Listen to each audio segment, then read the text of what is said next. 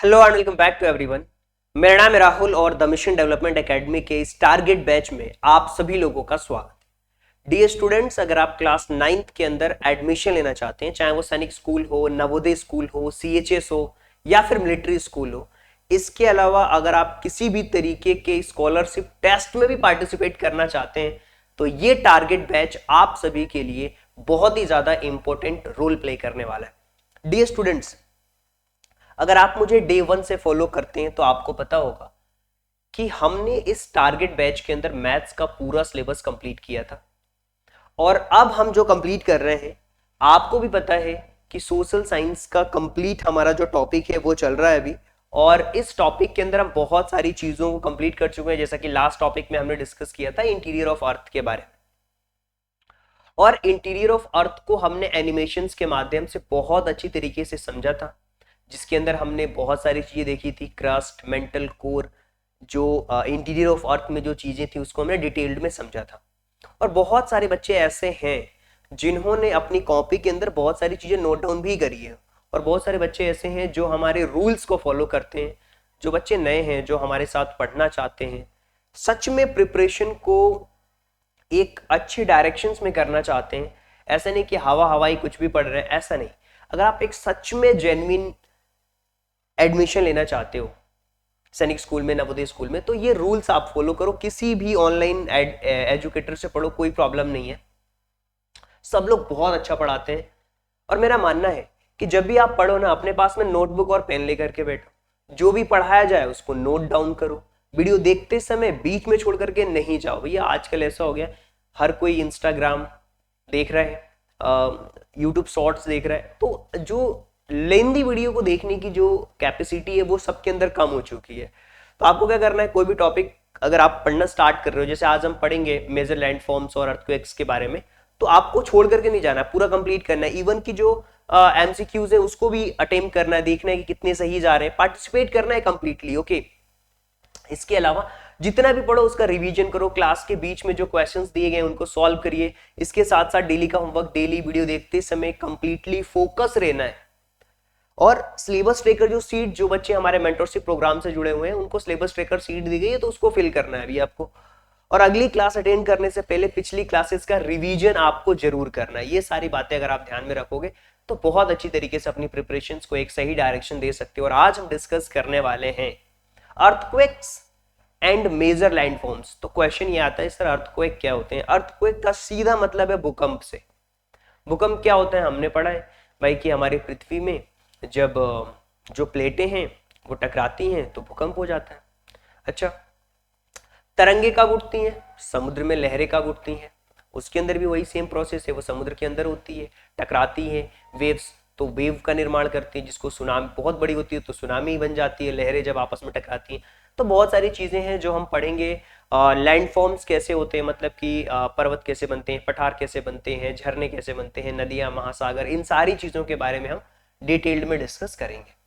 उम्मीद करता हूं कि सभी लोगों के पास में जो मैथ्स का सिलेबस है, जो कंप्लीट कर लिया है, क्वेश्चंस के साथ में प्रीवियस ईयर के जितने भी क्वेश्चंस थे उन सबको हमने कंप्लीट कराया है टॉपिक वाइज। ये सारे टॉपिक्स हम कंप्लीट कर चुके हैं, यानी कि 50% जो आपका सिलेबस है ना सैनिक स्कूल का, आरएमएस का, वो हम कंप्लीट कर चुके हैं। जिन बच्चों ने नहीं किया, जाके हमारी पूरी प्लेलिस्ट देखिए भाई, टॉपिक वाइज पूरा हमने कंप्लीट कराया मैथ्स। इसके अलावा ये जो टॉपिक आज चल रहा है वो हमारा 6th टॉपिक चल रहा है भाई, अर्थक्वेक्स एंड मेजर लैंडफॉर्म्स। और इसी तरीके से आगे हम पढ़ेंगे social and caste reform, history का टॉपिक है, बहुत मजा आने वाला है। फिर टाइप्स ऑफ रेनफॉल्स के बारे में पढ़ेंगे। और ये पूरा का पूरा जो आप सोशल स्टडी का जो सिलेबस देख पा रहे हैं, जिसमें रिसोर्सेस और सस्टेनेबल डेवलपमेंट है, मेजर ग्रासलैंड्स के बारे में बात करेंगे, rock cycle, water cycle, forest के टाइप्स भी पढ़ेंगे, प्रेशर और विंड सिस्टम, ट्रांसपोर्टेशन के बारे में जानेंगे, लैंड, सॉइल, वाटर रिसोर्सेज के बारे में, मिनरल्स और पावर रिसोर्सेज के बारे में बात करेंगे। कम्युनिकेशन टॉपिक होगा, लाइफ इन डेजर्ट होगा, Indian constitution and panchayat system के बारे में बात करेंगे, सेकुलरिज्म के बारे में बात होगी, इंपोर्टेंस ऑफ पार्लियामेंट, इसको हम समझेंगे, टाइप ऑफ एग्रीकल्चर को समझेंगे, type of government, different tiers of governments के रोल्स को समझेंगे, कुछ इकोनॉमिक्स रिलेटेड टॉपिक, मार्केट्स को अंडरस्टैंड करना, elections, roles in government, health में क्या रोल है, local self government, law and social justice, judiciary and criminal justice, marginalisation, public facilities, इन सारी चीज़ों के बारे में डिटेल्ड में चर्चा होगी throughout the social science जो हमारा सब्जेक्ट है। इसमें हम natural vegetation, wild life, Delhi सल्तनत पढ़ेंगे, इंडस्ट्रीज, ह्यूमन रिसोर्सेज, मुगल्स, वक्ती एंड सूफी मूवमेंट्स और फिर चेंज इन आर्ट्स। ये सारी चीज़ों के बारे में डिटेल में पढ़ते हुए सारे टॉपिक्स को हम कवर करेंगे। हर एक टॉपिक अपने आप में इंडिविजुअल टॉपिक है।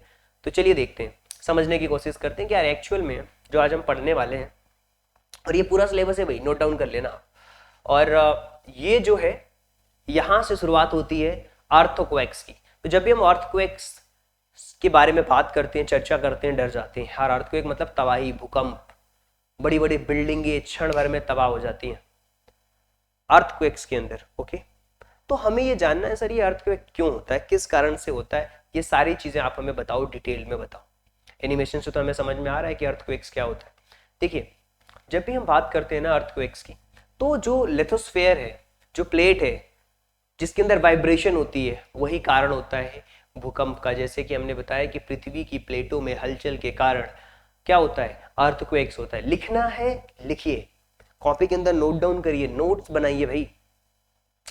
कुछ हम की टर्म्स के बारे में पढ़ेंगे जो कि अर्थक्वेक्स में ज्यादातर आप सुनते हो, एपी सेंटर क्या होता है, फोकस क्या होता है, ये सारी चीजों के बारे में हम समझेंगे।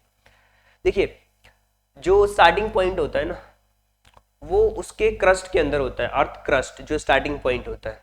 भूकंप का केंद्र जो होता है वो धरती के बिल्कुल अंदर होता है। इस तरीके से आता है कि यार ये एपी सेंटर क्या होता है। एपी सेंटर का मतलब होता है ऐसा पॉइंट जो सरफेस डायरेक्टली जो फोकस होता है उसके ठीक ऊपर होता है, उसको हम एपी सेंटर कहते हैं। वर्टिकली जो बिल्कुल ऊपर होता है उसको एपी सेंटर। जैसे ये इसका फोकस है भाई, जैसे मान लेते ये इसके फोकस है, अब भूकंप आया तो ये इसका क्या होगा, डायरेक्टली एबव, ये जो होता है वो इसका एपी सेंटर कहलाएगा। करेक्ट, एबव द फोकस, यानी कि सतह पर फोकस के ठीक ऊपर का जो बिंदु होता है उसको हम एपी सेंटर कहते हैं। इस तरीके से एक और टर्म्स आपको समझना पड़ेगा कि अर्थक्वेक वेव्स क्या होती है भाई। ये है ना आउटवर्ड, बाहर की तरफ ट्रेवल करती है, इनवर्ड्स नहीं आती, आउटवर्ड्स तरफ चलती है। वाइब्रेशंस जो होती है वो बाहर की तरफ होती है, तभी तो फूटता है ना। Vibrations travels towards from epicentre in the waves. Epicentre तरंगों को बाहर की ओर फैलती है जिससे कि तबाही आती है। डैमेज पैटर्न्स वर्ड होता है strongest near the epicentre, epicentre के नियरेस्ट में, जो कि डिस्टेंस डिक्रीज होता रहता है। जैसे मान लो कि ये एरिया है, ये एरिया है भाई, और यहाँ पे भूकंप आया हुआ है, ठीक है, तो धीरे धीरे जैसे ही दूर जाते जाओगे ना तो डिस्टेंस में कम नुकसान होगा, जब जो पास में रहते हैं उनको ज्यादा नुकसान होता है, राइट। तो ये डैमेज पैटर्न्स को समझने का एक तरीका है, करेक्ट। तो दूरी के साथ क्या होता है, वो कम होता रहता है, जो पास में रहता है एपिसेंटर के उसको सबसे ज्यादा नुकसान पहुंचता है। तो क्वेश्चन ये आता है कि सर मान लीजिए भूकंप आ जाता है तो क्या करना चाहिए। तो देखिए, सेफ्टी के कुछ तरीके हैं कि सबसे पहले तो आप एक ऐसा जगह देखो, एक ऐसी जगह देखो जहां पे आप छिप सकते हो, यानी कि टेबल के नीचे हो गया, वॉल की तरफ जहां पे दीवार है वहां पे टिक गए। तो इस तरीके की आपको सेफ स्पॉट देखना है अगर भूकंप की स्थिति होती है तो। मेज के नीचे, दीवारों के पास, अलग अलग। लोग कहते हैं खुले मैदान में भागना चाहिए, है ना। एवॉइड कहाँ नहीं जाना है भैया भूकंप के समय पे, जहाँ पे आग वाली चीजें हैं, फायर प्लेसेस है, वहां नहीं जाना है। इसके अलावा चिमनीज, विंडोज, मिरर, ऐसी जगहों पे हमें नहीं जाना है। खिड़की के पास जाओगे फूटेगा, आपको चोट पहुंचेगी, आग लग सकती है चिमनियों में। तो ये जो चीजें यहाँ से हमें दूर रहना है। अवेयरनेस फैलाना है हमें कि भाई कि अगर भूकंप के बारे में लोगों को पता चलना चाहिए कि भूकंप के क्या कारण होते हैं, कैसे होता है। अवेयरनेस रहेगी तो कम डैमेज होगा। अपनी फैमिली, फ्रेंड्स के बीच में अवेयरनेस को बताना चाहिए। ये प्रिपेयरनेस है, प्रिपेयर हमें करना चाहिए। ये सावधानियां हैं, है ना, परिवार और दोस्तों को जागरूक करना, ये सारी चीजें, राइट। अब देखिए, ये तो बात कर ली हमने अर्थक्वेक के बारे में, सर कैसे होता है। हमने बात करी सर अर्थक्वेक से बचने के लिए क्या करना चाहिए। कॉपी में तो नोट डाउन आप कर रहे होगे। हमें ये समझना है सर इसका डिस्ट्रीब्यूशन कैसे होता है। अर्थक्वेक इंडिया में थोड़ी आता है, इंडिया से बाहर भी आता है भाई। पूरे वर्ल्ड में कहीं ना कहीं अर्थक्वेक्स चलते रहते हैं। उसको समझने के लिए आपको मैप के बारे में थोड़ा बहुत आइडिया होना चाहिए। देखिए, सरकम पैसिफिक बेल्ट है ना, इस एरिया में लगभग 68% ग्लोबली अर्थक्वेक होता है। अब आप कहोगे सर ये सरकम पैसिफिक बेल्ट क्या होता है? इसको हम रिंग ऑफ फायर के नाम से भी जानते हैं। इसको मैं इमेज के थ्रू बताता हूं, अभी आप समझना आगे। ये देखिए, ये है आपका सरकम पैसिफिक बेल्ट, करेक्ट। इसको हम कहते हैं ring of fire. Ring of fire 68% लगभग ग्लोबली जो अर्थक्वेक्स आते हैं वो ये जो एरिया देख रहे हैं आप, ये जो एरिया आपको दिख रहा है, इस एरिया में आते हैं।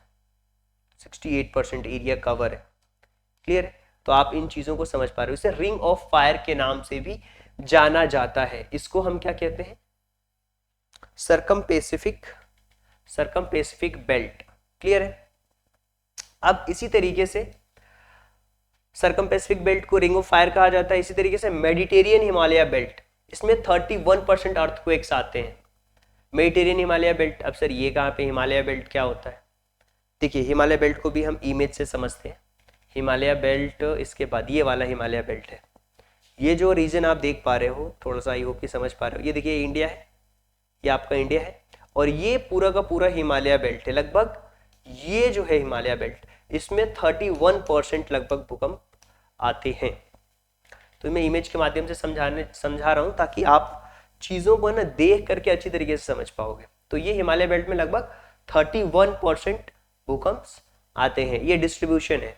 ऐसे ही कुछ अदर रीजन है, जैसे नॉर्दर्न अमेरिका हो गया, रेड सी हो गया, रिफ्ट वैलीज हो गया, इंडिया में हिमालय रीजन हो गया, गंगा ब्रह्मपुत्र वैली हो गई, यहाँ पे आते हैं। इसके अलावा जो वेव्स होती हैं, जैसे समुद्रों में आती है, जो अंडर द सी वाटर है ना, अंडर सी अर्थक्वेक्स और वोल्केनो इरप्शंस को हम सुनामी कहते हैं। सुनामी का मतलब क्या होता है? जैसे वोल्केनिक इरप्शंस होता है, पानी के अंदर होता है, महासागरों में ये सारी चीजें होती हैं, इसको हम सुनामी का नाम देते हैं, क्लियर है? तो ये हमने समुद्र में भूकंप या ज्वालामुखी विस्फोट से उठने वाली विशाल लहरों को सुनामी कहा जाता है। तो ये रिंग ऑफ फायर है, आपने देखा। और ये जितने भी आप ये डॉट देख रहे हो ना, ये सारे एरियाज हैं जहाँ पे भूकंप आते रहते हैं। ये हमने बात कर ली अपने हिमालय बेल्ट की, करेक्ट। और ये वाला रीजन भी आप देख पा रहे हो, ठीक है। और ये जो छोटे छोटे आप देख रहे हो ना, ये वॉल्केनो के हैं। वॉल्केनो मतलब ज्वालामुखी फटता है यहाँ पे। और ये जो रेड वाला पार्ट देख रहे हो, ये अर्थक्वेक्स का है, क्लियर है। और यहाँ पे ये सारी चीजें जो प्लेट्स हैं वो माइग्रेट होती हैं, ये जो आप लाइन देख रहे हो इसमें, करेक्ट। देखिए, अब बारी आती है सर, जब अर्थक्वेक होता है, भूकंप आता है, ज्वालामुखी फूटता है, तो जो हमने पढ़ा था इंटीरियर ऑफ अर्थ में कि सर जब ज्वालामुखी फूटता है उसके अंदर से जो मैग्मा निकलता है उसके बारे में स्टडी की जाती है, तो पता लगता है कि पृथ्वी के अंदर क्या क्या है, क्या क्या चीजें हैं उसके अंदर। तो जब वो निकलता है ना, जब फूटता है, तो भैया कहीं कुछ इकट्ठा होता है तो पहाड़ बन जाते हैं, चट्टाने बन जाते हैं, अलग अलग तरीके से अलग अलग तरीके के लैंड्स बनती हैं। मतलब कि कहीं चट्टान बनेगा, कहीं पठार बनेगा, कहीं आप माउंटेन देखोगे, कहीं प्लेन्स बनेगी, कहीं अच्छी उपजाऊ जमीनें बनेंगी। तो ये थ्रू आउट द ईयर्स चलती रहती है प्रोसेस, और ऐसे चीजें बढ़ती रहती हैं आगे। चलिए जी, अब हम जो लैंडफॉर्म्स है जो बनती हैं, हमें पता लग गया कैसे बनती हैं। तो इसमें कुछ कैटेगरीज है, जैसे कि first order, second order, third order. तो फर्स्ट ऑर्डर लैंडफॉर्म्स में हम कॉन्टिनेंट के बारे में समझेंगे। जैसे हम कहते हैं ना कि ये हमारा एशिया कॉन्टिनेंट है, ये नॉर्दर्न कॉन्टिनेंट है, ये इस तरीके से कॉन्टिनेंट डिवाइड किए गए अलग अलग। तो इसको हम लार्ज लैंड मास के एरिया को कॉन्टिनेंट के नाम से जानते हैं। ओशन मतलब कि समुद्र, महासागर, जहाँ पे वाटर बॉडीज को डिफाइन किया जाता है उसको हम ओशियन के नाम से जानते हैं। इस तरीके से सेकेंड ऑर्डर लैंडफॉर्म्स को हम समझते हैं, भाई ये क्या होता है, माउंटेन्स बनते हैं, पर्वत, जिसमें कि फोल्ड, ब्लॉक, वॉल्केनिक माउंटेन है, अलग अलग टाइप के माउंटेन भी होते हैं। कोई माउंटेन ऐसा है जहाँ पे ज्वालामुखी फूटते ही रहते हैं। इसी तरीके से प्लेट्यूज, जैसे तिब्बत का प्लेट्यू हो गया। तिब्बत प्लेट्यू को रूफ ऑफ द वर्ल्ड भी कहा जाता है। क्वेश्चंस ध्यान से समझना, रूफ ऑफ द वर्ल्ड किसे कहा जाता है? तिब्बत प्लेट्यू को कहा जाता है। ऐसे छोटा नागपुर का प्लेट्यू, ये कहाँ पे? हमारे इंडिया में, छोटा नागपुर का पठार। प्लेन्स मतलब जमीनें, जैसे कि फर्टाइल लैंड, जहाँ पे कृषि के लिए उपजाऊ जमीनें हैं उसको फर्टाइल लैंड्स कहते हैं। एग्रीकल्चर के लिए सही होती है, सेटलमेंट्स के लिए सही होती है। थर्ड ऑर्डर लैंडफॉर्म्स में क्या होता है? जैसे जहाँ पे इरोजन होता है, अलग अलग प्रोसेस से, विंड के थ्रू हो रहा है इरोजन, और डिकम्पोजिशन प्रोसेस से बनते हैं, जैसे कि वैलीज बनती हैं, बीचेस बनते हैं, है ना, और सैंड डन्स बनते हैं। तो ये सारी चीजें बनती है, इसको हम लैंड के क्लासिफिकेशंस के माध्यम से समझ सकते हैं भाई, कि ये फर्स्ट ऑर्डर है, सेकंड ऑर्डर है, थर्ड ऑर्डर है। फर्स्ट ऑर्डर में जो लार्ज लैंड मास होता है उसको हम समझ सकते हैं। जो सेकंड ऑर्डर है इसमें माउंटेन हो गया, प्लेटू हो गए, पर्वत पठार, ये सारी चीजें हो गई। थर्ड लैंड में हो गया कि भैया वैलीज बन रही हैं, वी शेप की बन रही है, यू शेप की बन रही है, समुद्र के किनारे आप देख रहे हो बीचेस बन रहे हैं, नदियों के किनारे बीचेस बन रहे हैं। तो ये इन वैलीज बन रही हैं, सैंड डन्स है, ये सारी चीजें हम समझ सकते हैं। इसको हम हिंदी में भी समझेंगे अभी। देखिए रिवर का लैंडफॉर्म्स कैसे होता है, वी शेप में होता है। ये रिवर इरोजन से बनते हैं, वी शेप वैली जो होती है। वी शेप वैली किससे बनती है, नदियों के इरोजन से बनती है भाई, वी शेप में वैली बन गई। चलो वाटरफॉल्स क्या होता है, वाटरफॉल्स आपने देखा होगा, पहाड़ है वहां से पानी गिर रहा है, मतलब नदियां जब ऊपर से आती हैं और गिरती हुई हैं तो वहां से वाटरफॉल का निर्माण होता है वर्टिकली स्टेप्स में। डेल्टास क्या कब बनते हैं भाई, फर्टाइल रीजन्स वेयर रिवर्स और ओशन जहां पे मिलते हैं, जैसे नदियां हैं तो भैया काट करके बहुत सारा वो ला रही है, मिट्टी उसके साथ में कट करके बह रही है, समुद्रों से भी कुछ चीजें आ रही है, कंकड़ पत्थर, और सब मिक्स होकर के जो बन रहा है उसको हम डेल्टास कहते हैं, है ना। नदियों से बनी वी आकार की घाटियां नदी के कटाव से बनती हैं। झरने नदियों की ऊंचाई के गिरने से बनते हैं, जैसे कूटालम झरना हो गया। डेल्टा जहां पे नदियां और समुद्र मिलते हैं उसे डेल्टा कहते हैं, जो उपजाऊ भूमि का निर्माण करते हैं। और ये देखिए भाई बहुत ही इंटरेस्टिंग पिक्चर है, ये देखिए ये अलग अलग प्लेटफॉर्म से नदियां बन रहे, पहाड़ बन रहे, पर्वत बन रहे, अलग अलग चीजें। जैसे अब मान लो बारिश होगी, ये पत्थर है, बारिश हो रही है, यहाँ से इरोजन हो रहा है, बहते हुए जा रहा है, तो कहीं ना कहीं जाके इसकी मिट्टी तो इकट्ठा हो रही होगी, तो लैंडफॉर्म्स तो बन रहे हैं ना अलग अलग तरीके से करके।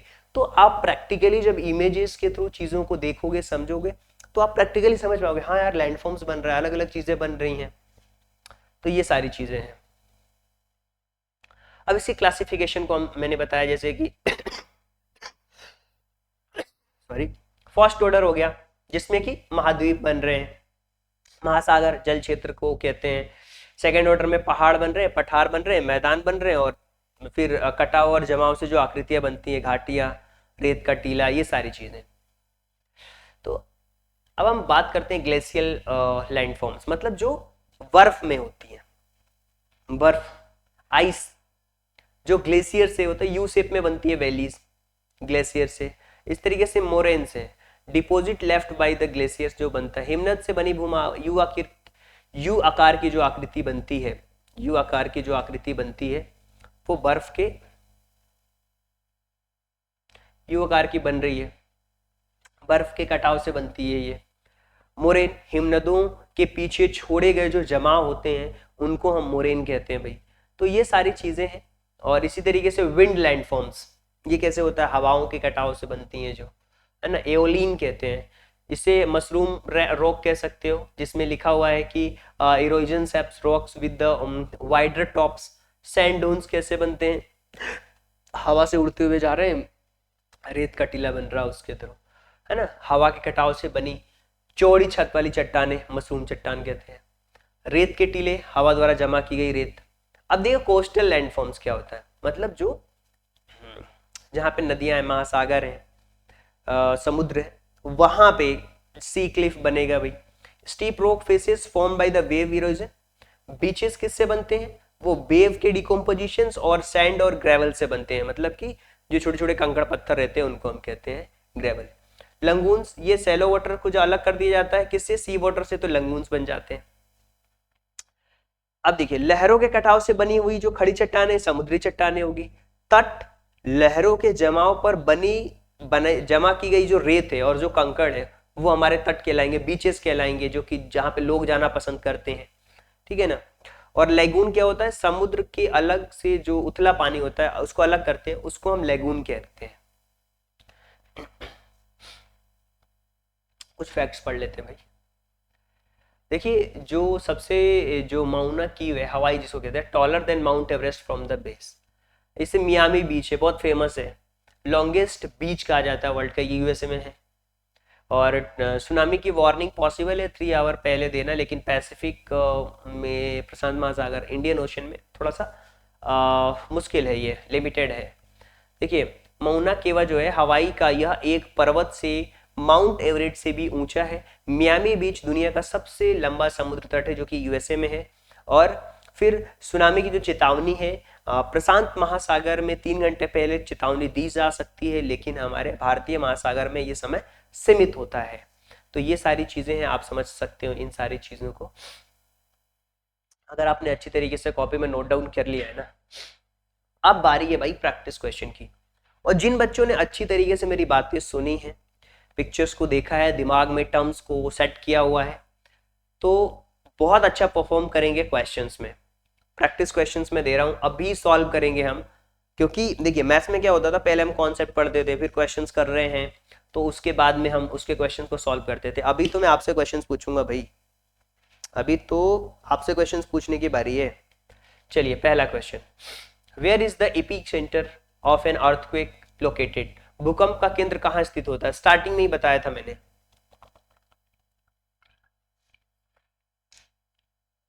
सरफेस में, एटमॉस्फेयर, फोकस, कॉन्टिनेंट।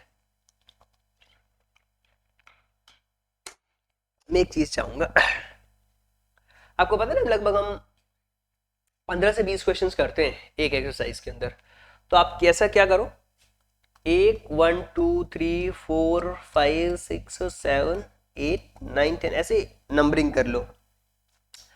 नंबरिंग करने के अलावा आप देखो कि आपके पहला क्वेश्चन का, जैसे मान लीजिए आपने आंसर दे दिया सी वाला, और अगर ये सही जाता है तो आप टिक करके आगे बढ़ सकते हो। ऐसे प्रैक्टिस करना है। और जो बच्चे जुड़े हुए हैं ना मेरे साथ, मैं कहता हूं कि यार कमेंट करना, कमेंट करना, आप लोग बताना कि आपके कितने सही गए हैं, और डेली करोगे तो मुझे पता लगेगा कि हाँ ये बच्चा रेगुलर है। तो प्रैक्टिस के क्वेश्चंस में आपको बताना है कि कितने सही गए। अगर आपने ध्यान से पढ़ा है ना, तो बिल्कुल टू द पॉइंट क्वेश्चंस पूछता हूँ जो मैं पढ़ाता हूँ, हर कुछ नहीं चल रहा है यहाँ पे। फोकस, तो आपका आंसर सही है जी, बिल्कुल, अगर आपने सी दिया है तो। इसी तरीके से आगे बढ़ते हैं। पृथ्वी की सतह पर भूकंप का प्रभाव सबसे अधिक कहां दिखाई देता है? भूकंप का प्रभाव कहां दिखाई देगा? जो फोकस है उसके ठीक जो पॉइंट होता है, एपिसेंटर होता है, एपिसेंटर के पास में सबसे ज्यादा दिखाई देगा, तो epicentre is the right answer, right. चलिए आगे बढ़ते हैं। What are the largest wave generated by an earthquake called? भूकंप से उत्पन्न जो तरंगे होती हैं उनको हम क्या कहते हैं? उससे इसमें से एक वेव कहते हैं। Option number A is the right answer. Epicentre अलग होता है, लंगून अलग होता है भाई।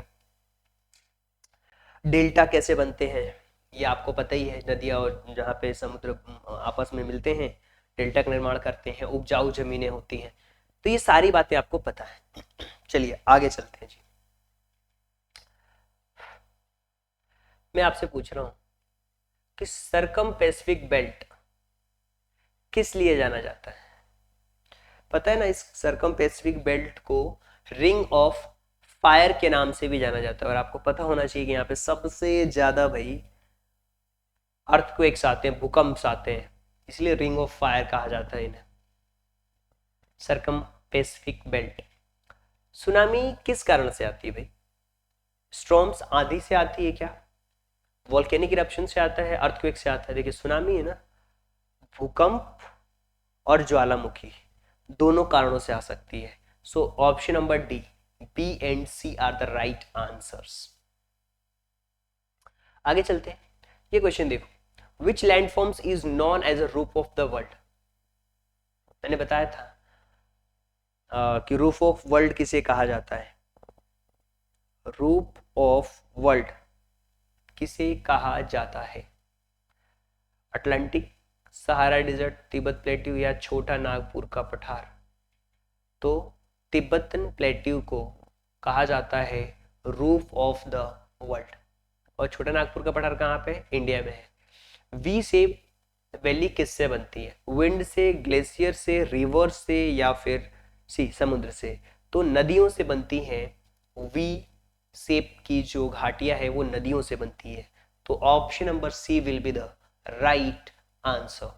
चलिए आगे बढ़ते हैं, अगले क्वेश्चन की तरफ पढ़ते हैं। इस क्वेश्चन का आंसर बताइए कि यू आकार की घाटी किसके अपर्दन से बनती है? किस चीजों का इरोजन होता है तो यू आकार की घाटियां बनती है? तो आइस का जब इरोजन होता है तो यू आकार किस वैलीज बनती हैं, हमने पढ़ा अभी। चलिए आगे चलते हैं। Mushroom rocks are formed by the erosion of which elements, कौन से एलिमेंट्स के इरोजन से मशरूम रॉक्स बनती हैं, पहाड़ी चट्टानें जिसको हम कह सकते हैं मशरूम चट्टानें, तो वो बनती है विंड, हवा के इरोजन से ये बनती हैं। और इससे वो बनते हैं, रेत के टीले भी बनते हैं।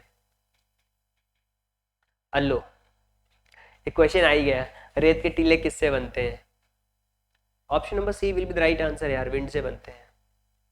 देखिए विंड से क्या बनता है आपको पता होना चाहिए, वाटर, पानी, नदियों से जो इरोजन हो गया क्या बनता है, समुद्र के उससे क्या बनता है, वहाँ पे सुनामी कैसे आती है, ये सब बेसिक से टर्म्स हैं, आपको पता होना चाहिए अर्थक्वेक्स और मेजर लैंडफॉर्म्स में। Coastal area, what is lagoon separated from, तटीय क्षेत्रों में लगून किससे अलग होता है, रिवर से, आइस से, ओशन से, वॉल्केनो से। तो आपको पता है कि जो लगून होता है ना वो ओशन से अलग हो जाता है, मतलब एक बहुत बड़ा महासागर उसका छोटा सा पार्ट बन गया तो उसको लगून हम कह देते हैं।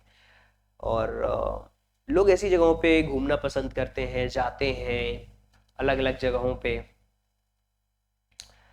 Where is a delta form, delta कहाँ बनता है भाई, रिवर के ओरिजिन में जहाँ पे नदियाँ समुद्र से मिलती हैं, बेस ऑफ माउंटेन या फिर पीक ऑफ प्लेट्यू, तो जहाँ पे नदियाँ समुद्र से मिलती हैं वहाँ पे डेल्टा का निर्माण होता है जो कि उपजाऊ जमीन होती है। ये ऑप्शन नंबर जो बी है ना वो आपका करेक्ट ऑप्शन है। चलिए जी आगे चलते हैं, अगले क्वेश्चन के बारे में बात करते हैं। भूकंप के दौरान हमें सुरक्षित रहने के लिए सबसे अच्छा तरीका क्या है भैया, कि विंडो के पास जाएं, खुली जगह में निकल जाएं, छत के ऊपर चढ़ जाएं, या एलिवेटर का यूज करें? भाई खुली जगह में भागो ना, move to the open field, ये है सुरक्षित रहने का तरीका। Which continent experiences the most earthquakes, किस महाद्वीप पर सबसे ज्यादा अर्थक्वेक आते हैं, भूकंप आते हैं, Asia, south America, north America, Pacific region में? तो हम कह सकते हैं पैसिफिक रीजन में सबसे ज्यादा भूकंप आते हैं, जिसमें हम कह सकते हैं 68%, राइट। झरना कहाँ बनता है, फ्लैट रिवर सेक्शन जहाँ पे हाइट से नदियाँ गिरती हैं, सैंड डून्स या mountain peaks where water falls from a height, जहाँ पे जो पानी है नदियों का एक हाइट से गिरता है तो वहाँ पे झरना बनता है और हम बहुत इंजॉय करते हैं, जाते हैं नहाने भी। Which instrument is use to measure earthquakes waves, अच्छा अर्थक्वेक को नापने के लिए किस उपकरण का यूज किया जाता है, बैरोमीटर, सिस्मोग्राफ, एनोमीटर या थर्मोमीटर? थर्मोमीटर से तो बुखार नापते हैं भाई, और सिस्मोग्राफ जो होता है ये इसका करेक्ट आंसर है। और आप मुझे कमेंट करके बताओगे कि बैरोमीटर और एनोमीटर से क्या नापते हैं। Continent and oceans belong to which category of landforms, महाद्वीप और महासागर किस श्रेणी के भू आकृतियों में आते हैं, first order, second order, third order या सब कैटेगरी? क्या पूछा है हमसे, कॉन्टिनेंट एंड ओशंस फर्स्ट में आते हैं या फिर सेकंड में या फिर थर्ड में? तो पहले ही हमने देखा था कि फर्स्ट ऑर्डर में ही ये सारी चीजें आती है, जिसमें कि कॉन्टिनेंट है, ओशंस हैं, ये फर्स्ट ऑर्डर में आते हैं। छोटा नागपुर का पठार कहाँ भाई, ये कहाँ है ये भी बताओ, नेपाल में है, इंडिया में है, चाइना में है, जापान में है? भाई छोटा नागपुर का पठार है, नागपुर शहर इंडिया में है तो ये भी इंडिया में ही होगा ना। Option number B will be the right answer.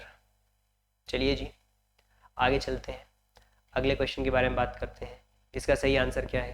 तो आप मुझे बताओगे कि मियामी बीच कहाँ है भाई, बार बार चिल्ला चिल्ला के मैं बोल रहा हूँ यूएसए में है, USA will be the right answer.